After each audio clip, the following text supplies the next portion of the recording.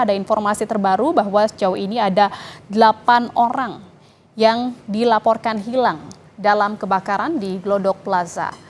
Dan sejauh ini ada 2 jenazah yang sudah ditemukan dan telah dievakuasi, namun belum diketahui dan belum juga dapat dikonfirmasi apakah 2 korban yang ditemukan ini yang baru saja ditemukan oleh petugas merupakan bagian dari 8 orang yang dilaporkan hilang dalam kebakaran.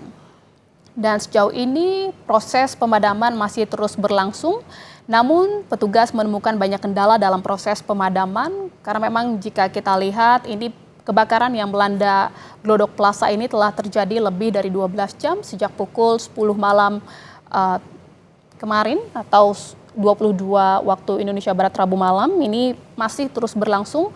Besarnya api memicu memang kepulan asap dan memang api juga terus menjalar bukan hanya di satu lantai tetapi juga terjadi di lantai 7, 8 dan juga 9. Tadi disampaikan oleh jurnalis Kompas TV Abel Insani bahwa memang sampai saat ini petugas masih kesulitan untuk mengakses ke lantai 9 Glodok Plaza karena memang kondisi yang belum memungkinkan untuk bisa memasuki lantai tersebut karena banyaknya asap, banyaknya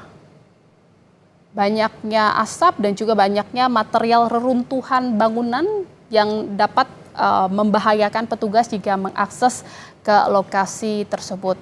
Dan saudara, breaking news Kompas TV akan kembali seusai jeda, kami segera kembali.